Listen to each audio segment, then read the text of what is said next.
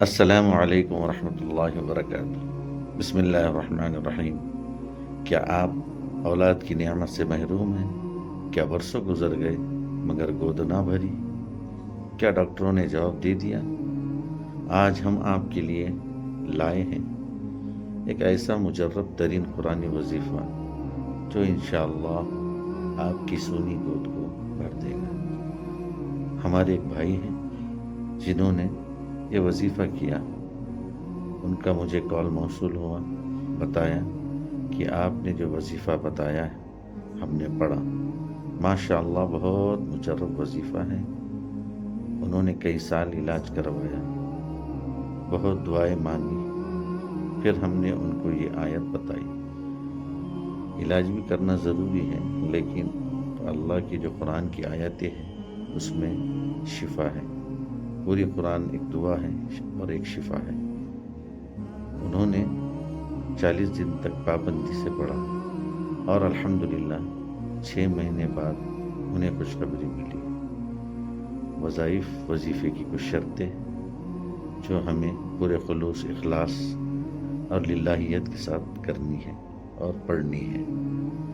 مکمل پاکیزگی اور وضو کی حالت میں کریں۔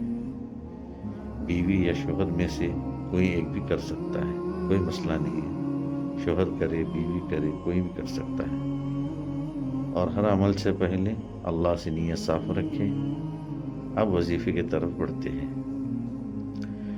پہلے 11 مرتبہ درود ابراہیمی اللہم صلی علی محمد پورا پڑھیں۔ روزانہ فجر کی نماز کے بعد 101 مرتبہ یہ دعا پڑھیں، رب لا تذرنی فردا وانت خیر الوارثین۔ یہ سورہ انبیاء کی آیت نمبر 89 ہے۔ آخر میں 11 مرتبہ درود ابراہیمی اللہم صلی علی محمد وہ پورا پڑھیں۔ پھر سجدے میں جا کر روتے ہوئے دعا کریں، اولاد کی نیت سے اللہ سے گڑ گڑا کر دعا کریں۔